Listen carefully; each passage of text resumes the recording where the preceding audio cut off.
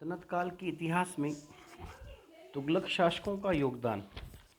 तुगलक शासकों के इतिहास के क्रम में खिलजियों के बाद दिल्ली सल्तनत के स्वामी तुगलक शासक बने और तुगलकों ने सबसे अधिक समय तक राज्य किया। इस वंश के प्रमुख शासक गयासुद्दीन तुगलक, महमूद तुगलक और फिरोज तुगलक थे। तुगलकों ने जहां एक तरफ सैनिक विजयों द्वारा साम्राज्य की सीमा का विस्तार किया, वहीं प्रशासनिक सुधारों पर ध्यान दिया। उनके समय में सल्तनत काल की शक्ति व समृद्धि में वृद्धि हुई, परंतु उसके साथ ही सल्तनत के विघटन की प्रक्रिया भी प्रारंभ हो गई। तुगलक वंश का संस्थापक गाजी मलिक या गाजी गयासुद्दीन तुगलक था।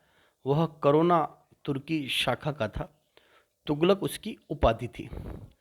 खिलजियों का जो समयकाल भारत में रहा वह 1320 से 1412 तक रहा तथा प्रारंभिक तुगलक शासकों में गयासुद्दीन तुगलक 1320 से 1325,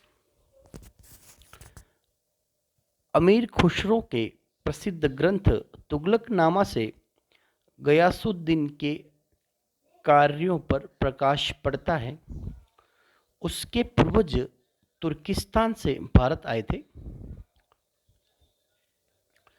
उसके पिता का नाम मलिक तुगलक था, वह करोना तुर्क था। उसकी पदवी तुगलक थी, इसलिए उसके वंशज तुगलक के नाम से विख्यात हुए। जन्म से गयासुद्दीन भारतीय था। उसकी माता एक जाट स्त्री थी।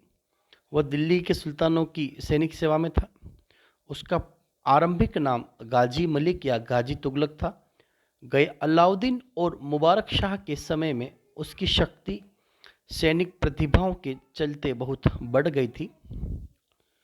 अलाउद्दीन ने उसे दीपालपुर का सूबेदार एवं मुबारक शाह ने उत्तर पश्चिमी सीमा प्रांत का प्रमुख गवर्नर बनाया और मंगोलों पर नियंत्रण करने से उसकी प्रतिष्ठा बढ़ गई थी। खुसरो इस बीच स्वयं मुबारक शाह की हत्या कर गद्दी पर बैठ चुका था, परंतु खुसरो शाह को दिल्ली के अमीरों का समर्थन प्राप्त नहीं हो सका। तुर्क खुसरो को गद्दी से हटाने के षड्यंत्र रच रहे थे। गाजी मलिक एवं उसके पुत्र जूना खां, जिसे जोना खां भी कहा जाता है, इन परिस्थितियों का लाभ उठाकर गद्दी हथियाने की योजना बनाई। जूना खां दिल्ली से भागकर अपने पिता के पास चला गया। इन दोनों ने सीमांत प्रदेश मालवा, उच्च तथा सिविस्तान के शासकों तथा खोखरों के सहयोग से दिल्ली पर आक्रमण करने की योजना बनाई, परंतु कुछ तुर्क सरदारों के विरोध के कारण उन्हें यह योजना स्थगित कर देनी पड़ी। जूना खां के दिल्ली से भाग जाने की खबर से खुसरो शाह को खतरे का आभास हो गया। अतः उसने सेना की एक टुकड़ी गाजी मलिक के विरुद्ध भेजी। इसे विफल होकर वापस आना पड़ा। अब स्वयं खुसरो दूसरी सेना के साथ दीपालपुर की तरफ बढ़ा। गाजी मलिक भी दिल्ली पर आक्रमण करने आ रहा था। इंद्रप्रस्थ के निकट गाजी मलिक से युद्ध करता हुआ खुसरो शाह मारा गया। विजयी शाही ने दिल्ली में प्रवेश कर सितंबर 1320 ईस्वी में सल्तनत पर अधिकार कर लिया। उसने पहले खिलजी वंश के किसी व्यक्ति को गद्दी पर बिठाने की पेशकश की, परंतु जब उस वंश का कोई भी दावेदार नहीं मिला तो वह स्वयं अमीरों के कहने पर सुल्तान बन बैठा और गयासुद्दीन तुगलक शाह गाजी की उपाधि धारण की। गयासुद्दीन तुगलक की आरंभिक कठिनाइयाँ। जिस समय गयासुद्दीन सुल्तान बना, उसके समक्ष अनेक राजनीतिक, प्रशासनिक एवं आर्थिक समस्याएं उपस्थित थी। सबसे पहली समस्या थी सुल्तान के पद की गरिमा को पुनः स्थापित करने की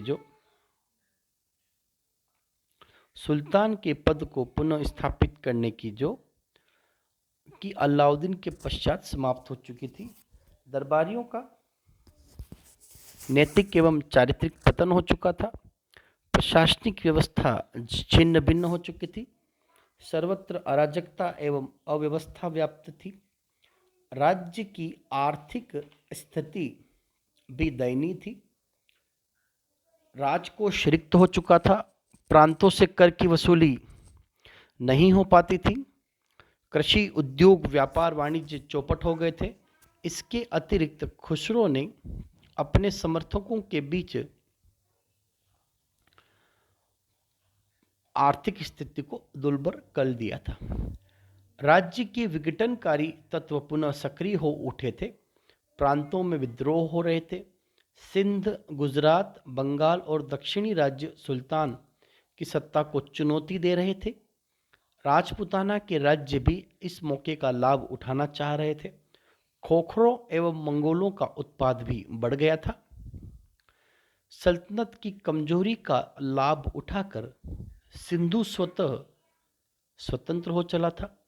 वहाँ के शासक उमर ने थट्टा और निचले सिंध पर अधिकार कर लिया था और स्वतंत्र सुल्तान बनने का स्वप्न देख रहा था। गुजरात की स्थिति भी विप्लवकारी थी। राजपूताना में चित्तौड़, नागौर, जालोर में राजपूतों ने अपनी शक्ति बढ़ा ली थी। पूर्व में बंगाल एवं समस्याग्रस्त प्रांत था। तिरहुत और जाजनगर पर शक्तिशाली हिंदू राजाओं और सामंतों का नियंत्रण था। दक्षिण की स्थिति भी अशांत थी। तेलंगाना बगावत पर उतरा था। होयसल राज्य और माबर प्रदेश भी अशांत थे। पंजाब में खोखरों और मंगोलों ने पुनः शक्ति बढ़ानी आरंभ कर दी थी। कुल मिलाकर परिस्थितियां अत्यंत भयावह और निराशाजनक थी, परंतु गयासुद्दीन ने धैर्यपूर्वक प्रतिकूल परिस्थितियों पर विजय पाई एवं अपने वंश के शासन को स्थायी बनाया। गयासुद्दीन की गृह नीति जो उसका सबसे पहला कार्य था, वह थी अपनी आंतरिक स्थिति को सुदृढ़ करना एवं प्रशासनिक व्यवस्था को कायम करना। गृह नीति में उसने मध्यम वर्ग का अनुसरण किया। तुर्क अमीरों पर नियंत्रण। सुल्तान ने अपने पद की रक्षा के लिए सर्वप्रथम तुर्की अमीरों से निपटना आरंभ किया, जो सदैव षड्यंत्र रचा करते थे। उसने आवश्यकता अनुसार अमीरों के साथ उदार एवं कठोर नीति अपनाकर उनका समर्थन प्राप्त किया। उसने अपने समर्थकों एवं संबंधियों को महत्वपूर्ण पद दिए। अपने पुत्रों को उसने आडंबरपूर्ण उपाधियां भी दी।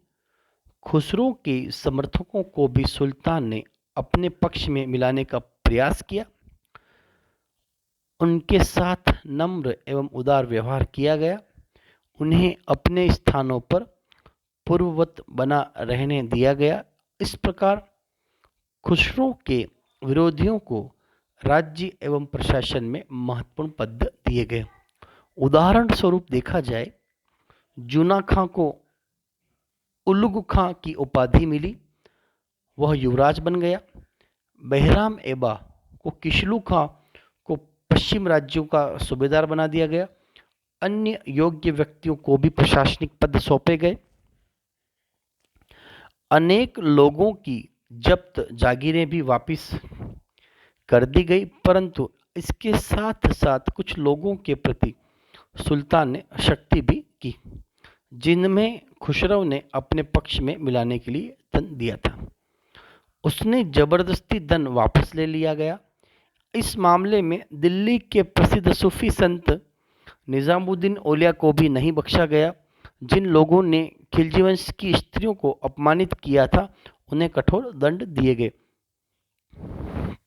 असहाय एवं निर्बल लोगों के जीवन यापन की भी व्यवस्था की गई। अपने इन कार्यों के द्वारा गयासुद्दीन ने सुल्तान की खोई प्रतिष्ठा एवं उसका सम्मान पुनः स्थापित किया। प्रशासनिक व्यवस्था। गयासुद्दीन ने प्रशासनिक क्षेत्र में भी अनेक महत्वपूर्ण सुधार किए। सर्वप्रथम उसने प्रचलित कानूनों का संग्रह करवाया एवं उन्हीं कानूनों के अनुरूप अपना व्यक्तिगत जीवन बना लिया। ये कानून इस्लाम धर्म की मान्यताओं और सिद्धांतों पर आधारित थे। दरबार में कड़ाई से अनुशासन लागू किया गया। अपव्यय को बंद कर दिया गया। फलस्वरूप दरबार में विलासिता का स्थान भव्यता ने ले लिया। सुल्तान ने कानून व्यवस्था की भी स्थापना की। लगान वसूली में बरती जाने वाली अमानुषिकता को बंद कर दी गई। तुरंत अपराधियों को राजकीय धन का गबन करने पर कठोर दंड दिए गए। सैनिक सुधार। सेना को आर्थिक दृष्टि से संतुष्ट रखने के लिए सुल्तान ने उनके वेतन में वृद्धि की। सैनिकों की सुख सुविधाओं पर ध्यान दिया गया। इस बात की भी व्यवस्था की गई कि सेना को उचित समय पर वेतन मिल जाए तथा अख्तादारों को आदेश दिए गए कि वे सैनिकों के वेतन एवं भत्तों का दुरुपयोग न करें।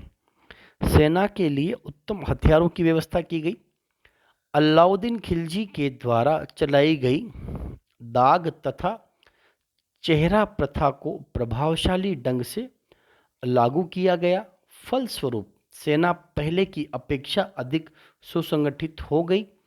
परिणाम स्वरूप शासक बनने के 2 वर्षों के अंदर ही गयासुद्दीन तुगलक ने अपने दक्षिणी अभियान आरंभ कर दिए। वह सैनिकों से पुत्रवत प्यार करता था। यातायात एवं डाक व्यवस्था में सुधार। सेना की सुविधा के लिए यातायात के साधनों में भी सुधार किए गए। पुरानी सड़कों एवं पुलों एवं नहरों की मरम्मत करवाई गई तथा नई सड़कें बनवाई गई। दुर्गों का निर्माण कर उसमें सेना रखी गई। जगह जगह पर डाक चौकियां स्थापित की गई। हरकारे और अश्वरोही राज्य के विभिन्न भागों में तेजी और सुगमता से समाचार पहुंचाने लगे।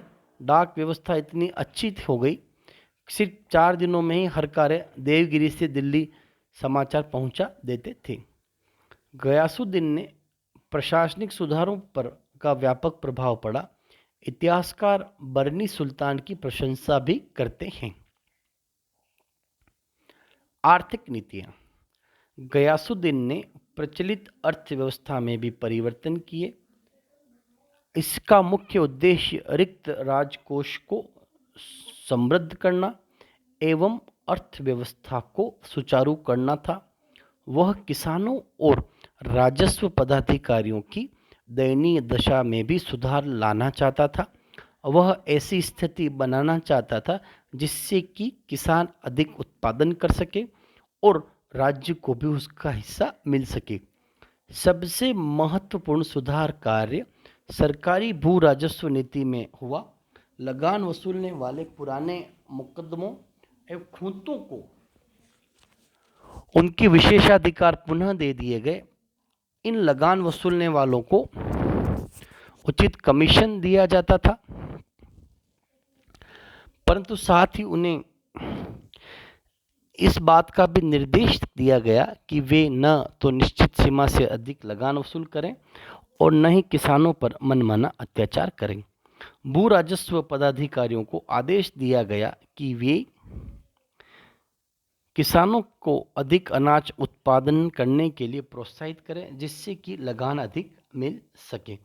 किसानों को 1/2 या 1/3 भाग लगान वसूला जाता था, परंतु यह आदेश स्पष्ट रूप से दिया गया था कि किसी भी परिस्थिति में 1 वर्ष के अंदर 1/10 या 1/11 से अधिक मात्रा में लगान की वृद्धि नहीं की जाए। लगान निश्चित करने में नक्स्त एवं बटाई की प्रथा पुनः आरंभ की गई तथा भूमि के आधार पर लगान निश्चित करने की नीति का परित्याग कर दिया गया।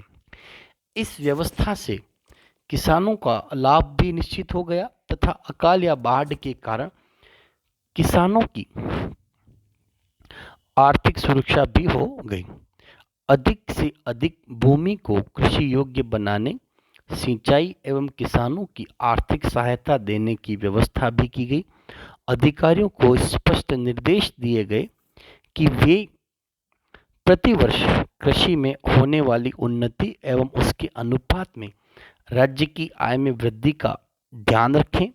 बार बार होने वाली लगान वृद्धि को रोकने एवं किसानों पर अत्याचार नहीं करने का भी स्पष्ट आदेश दिया गया।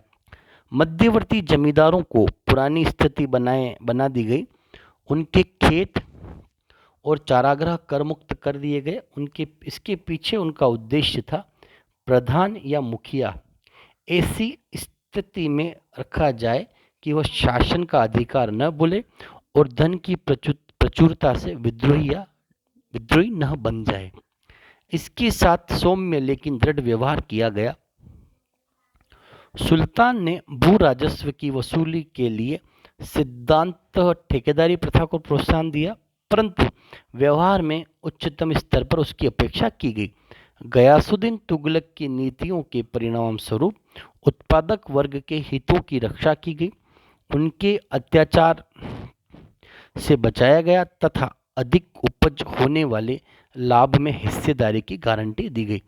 इन आर्थिक सुधारों से, जिनमें समय, शक्ति और नरमी का संतुलन कायम किया गया, राज्य, जमींदार और किसान तीनों को सहूलियतें दी गई। धार्मिक नीति। गयासुद्दीन ने उदार धार्मिक नीति को अपनाया। सुल्तान स्वयं सुन्नी मतावलंबी था। वह केवल कुरान के नियमों के अनुसार जीवन व्यतीत करने का प्रयास करता था। वह अपनी प्रजा में भी अनुशासित एवं संयमित जीवन की अपेक्षा करता था। जनता के चरित्र को ऊंचा उठाने के लिए मुहतसिब बहाल किए गए, उनमें धर्मांधता नहीं थी। हिंदुओं के प्रति उसने संतुलित एवं व्यवहारिक नीति का पालन किया, जिन्हें न तो धर्म परिवर्तन के लिए बाध्य किया गया, न अकारण उनकी हत्या की गई और न ही उनके मंदिरों को नष्ट किया गया या लूटा गया। दीन दुखियों की सहायता की गई, विद्वानों को आश्रय दिया गया। गयासुद्दीन की इन उदार नीतियों का भी बहुत अच्छा प्रभाव पड़ा। उसकी लोकप्रियता बढ़ गई। एक इतिहासकार के शब्दों में, सुल्तान ने वह कार्य कुछ दिनों में कर दिखाया जो दूसरे सुल्तानों ने वर्षों में नहीं किया था। इन सुधारों से राजनीतिक प्रतिष्ठा, शांति और समृद्धि की भावना फिर से सजग हो उठी। लोगों को ऐसे अनुभव लग चुका था जैसे अलाउद्दीन खिलजी वापस आ गया हो।